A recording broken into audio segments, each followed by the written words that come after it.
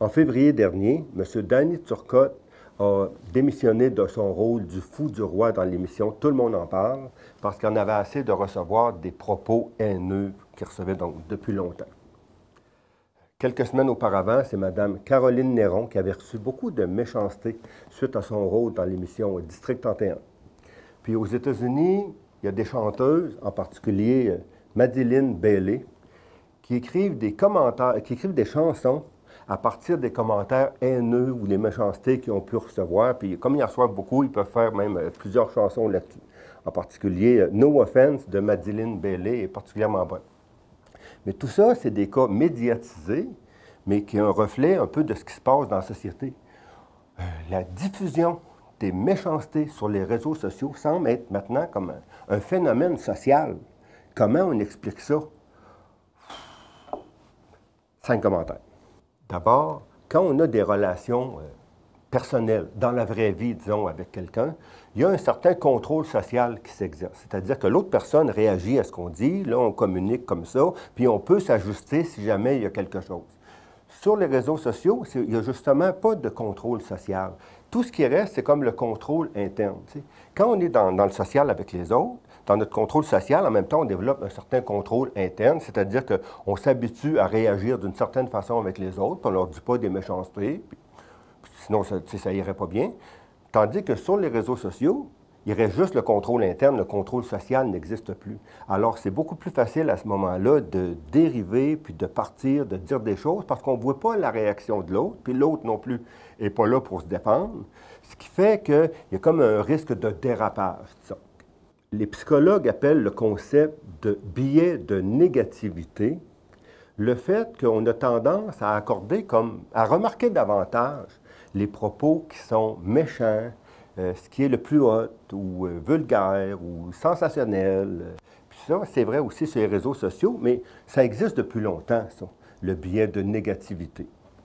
Par exemple, M. Pierre Péladeau, qui a fondé le Journal de Montréal en 1964, il y avait comme 2 slogans principaux. Un des slogans, c'était que c'est les 4 S. C'est-à-dire que dans un journal, pour que ça soit populaire, là, on met du sang, du sexe, du sport, des spectacles. Ça fonctionne bien. Puis, l'autre slogan qui est complémentaire, c'est KISS, K-I-S-S, pour Keep It Simple, Stupid. Alors, on n'ira pas trop intellectuel, mesdames et messieurs, on va y aller simple, puis le monde va aimer ça. Avec ça, donc, c'est pas nouveau. Mais ce qui fait que sur les réseaux sociaux, donc, qu'est-ce qu'on remarque le plus? C'est les commentaires les plus négatifs ou les plus vulgaires ou les plus méchants, les plus sensationnels, on pourrait dire. Par exemple, Danny Turcotte, il disait que c'était à peu près 5 des commentaires qu'il recevait qui étaient vraiment des propos haineux. Alors, c'est pour ça qu'il a démissionné, mais c'était pour 5 de l'ensemble des commentaires. Dans le cas de Mme Caroline Néron, semble-t-il que c'est à peu près 600 à 700 personnes qui disaient des mots méchants, mais à chaque soir, il y a 1,8 million de téléspectateurs qui écoutent District 31. Alors, c'est vraiment une petite minorité, mais étant donné que c'est des mots blessants qu'ils disent, bien, c'est ça qui fait une différence. C'est pour cette raison-là que ça crée un problème, disons. Autrefois, quand on écoutait la radio ou la télévision, on ne pouvait pas vraiment réagir. T'sais, on recevait comme un contenu, on écoutait une émission, on pouvait passer des commentaires autour de soi, mais on ne pouvait pas vraiment réagir. Quoique, en 1972, il y a un téléroman qui s'appelait Le Paradis terrestre, où là, donc, il y avait une émission, une scène où est-ce que c'est dans un ascenseur, il y a 2 hommes qui se tiennent la main, vraiment comme un couple, okay? Puis en sortant de l'ascenseur, chacun s'en va vers sa chambre d'hôtel, mais il y en a un qui dit à l'autre Est-ce que tu veux rentrer un moment? L'autre, il dit Tu sais bien que ce serait dangereux. Oh, d'accord, je peux rentrer un petit moment. Okay? Fin de la scène. Mais vous savez, la semaine d'après, il n'y avait plus de Paradis terrestre. L'émission était finie. Pourquoi? Parce que le lendemain de l'émission, il y a environ 500 personnes qui ont téléphoné à Radio-Canada pour dire « Hey, la scène homosexuelle, on n'est pas capable. Hey, En plus, c'était une émission qui passait à 9 h le soir. Qu'est-ce que c'est pas une bonne éducation pour nos enfants? Il y a tellement eu comme de reproches que, donc, Radio-Canada a enlevé l'émission. Sur les réseaux sociaux, c'est beaucoup plus facile d'interagir, puis c'est immédiat, pas besoin de téléphoner, d'attendre le lendemain, tout de suite, immédiatement, donc les gens peuvent apporter des propos. Puis ça, si c'est possible, c'est parce qu'il n'y a pas vraiment de censure. Bien, s'il y a des propos qui sont vraiment trop haineux, ils peuvent être enlevés, ou s'il y a des menaces, par exemple, on peut aller voir la police, dire j'ai reçu des menaces, mais de façon générale, sur les réseaux sociaux, il n'y a pas de contrôle, il n'y a pas de censure.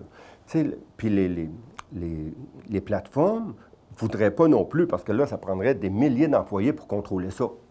Techniquement, ça serait possible. Admettons, supposons que j'écris un message, ça pourrait passer par une sorte de bureau où il y aurait un employé qui dirait « OK, le message passe. » Donc là, c'est envoyé à la personne que je voulais. La personne lit mon message. Oh, elle répond, mais là, ça repasserait par un bureau. Il y aurait à ce moment-là comme un contrôle administratif, là, une sorte de censure qui pourrait exister. Mais les plateformes ne veulent pas faire ça parce que ça prendrait des milliers d'employés. Ça serait dans...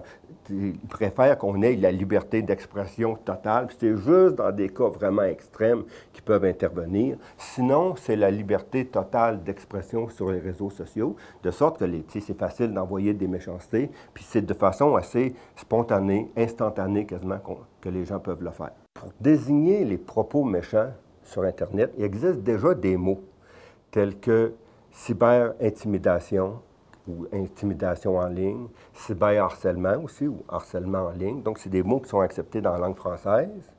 Mais ça, c'est vraiment des méchancetés. C'est pas de la violence, mais c'est quand même des gros mots méchants. C'est l'intimidation, l'harcèlement. La personne vraiment veut blesser.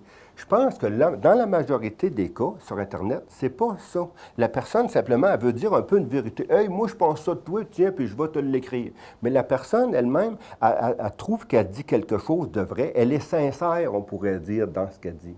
Il me semble que le mot qui conviendrait plus pour désigner ça, c'est le mot médisance. Parce que dans le mot médisance, c'est une petite méchanceté. C'est sûr que ce n'est pas agréable à recevoir, mais la personne qui l'envoie est sincère. Il y a une certaine forme de vérité là-dedans, dans le sens que la personne, elle croit que c'est vrai le message qu'elle envoie. Ça ne veut pas dire que c'est le fun à recevoir.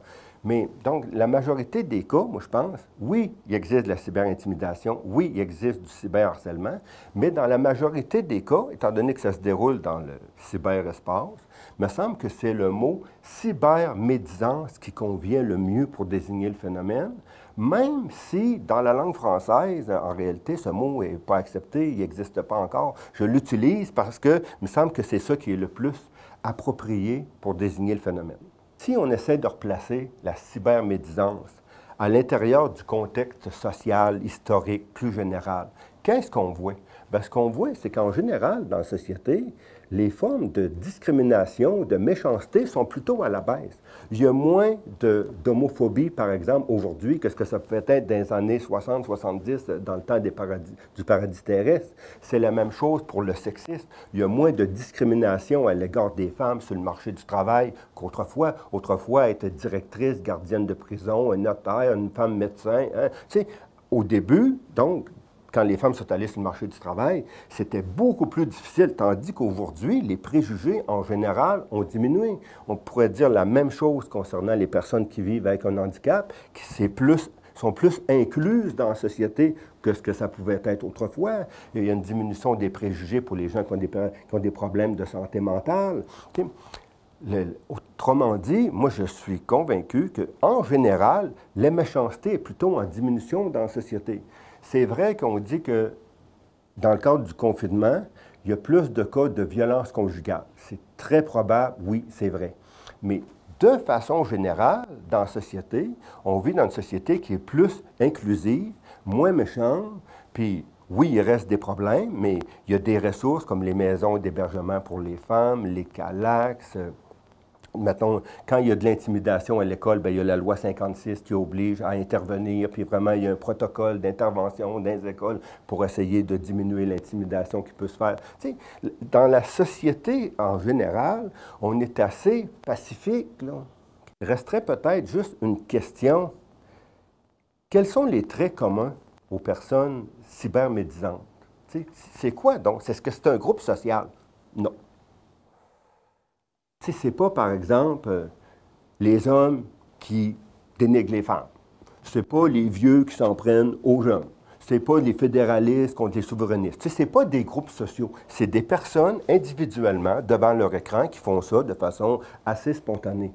Pourquoi c'est de même? Bien, parce qu'on vit dans une culture d'individualisme numérique où les personnes passent des heures dans une journée devant un écran. Alors, les méchancetés qui existent encore dans la société, c'est sûr qu'ils se retrouvent là, mais vous savez, ça n'existe pas une société parfaite, pure. Tu sais, dans notre tête, on dit « Hey, il ne devrait pas exister de violence. Hey, il ne devrait pas exister de méchanceté. » Oui, d'accord, mais c'était pas du tout mieux avant. S'il y a quelque chose, c'est que donc la discrimination, les méchancetés, ils ont plutôt diminué dans la société parce qu'on a pris des moyens pour ça. Mais étant donné qu'on vit dans une culture numérique, bien, c'est dans un contexte numérique que les gens apportent les méchancetés qu'il peut y avoir dans la société. Qu'est-ce qu'il y a en commun entre auprès des personnes qui sont cybermédisantes? Qu'est-ce qu'ils ont en commun? Bien, je pense que c'est quelque chose de psychologique. Entre autres, c'est des personnes qui ont une faible estime de soi, qui ont une colère refoulée, ou encore qui aiment ça se remonter, se mettre en valeur en rabaissant les autres. Mais c'est quelque chose de psychologique, puis je suis certain que les personnes heureuses et épanouies sont très peu nombreuses dans le club des cybermédisants. Alors, les facteurs qui favorisent le phénomène de la cybermédisance. Sur Internet, il y a absence de contrôle social. Seul s'exerce le contrôle interne des individus. Il y a le biais de négativité, c'est-à-dire que les commentaires les plus méchants ou les plus vulgaires sont les plus remarqués. Les réseaux sociaux ont le statut d'hébergeur, ce qui signifie qu'ils constituent des plateformes interactives, mais sans avoir une responsabilité au niveau du contenu des échanges. Donc, il n'y a pas de contrôle administratif du contenu. Ensuite, la définition de la cybermédisance. C'est un commentaire, souvent anonyme, diffusé sur les réseaux sociaux et visant à exprimer une émotion négative. Les propos cybermédisants sont le plus souvent formulés sous le coup de l'impulsion et dans un langage peu raffiné. Ils témoignent d'un manque de civisme et de courtoisie. Cependant, de leur point de vue, les cybermédisants considèrent qu'il est légitime d'exprimer leurs commentaires. Puis enfin, il y a un contraste entre le déclin général des formes de discrimination ou de préjugés dans la société par rapport à la croissance de la cybermédisance. Concernant l'hypothèse sur les caractéristiques des cybermédisants, bien, les cybermédisants ont en commun quelques caractéristiques telles que le manque d'estime de soi, le besoin d'évacuer leur colère ou encore le désir de se mettre en valeur. Donc, les personnes heureuses sont sous-représentées parmi les cybermédisants. J'aimerais maintenant amener une citation de Mme Caroline Néron. « C'est une période très lourde présentement. » Là, elle veut parler du confinement. « Quand il y a plein de négatifs autour de toi, c'est normal d'avoir le goût de générer du négatif. Quand tu sens le besoin d'écrire « t'es laide, t'as fait faillite », ce n'est sûrement pas parce que tout va bien pour toi. J'ai vraiment l'impression que Mme Néron essaie de comprendre et de pardonner aux gens qui lui écrivent des méchancetés. Wow! Quelle femme!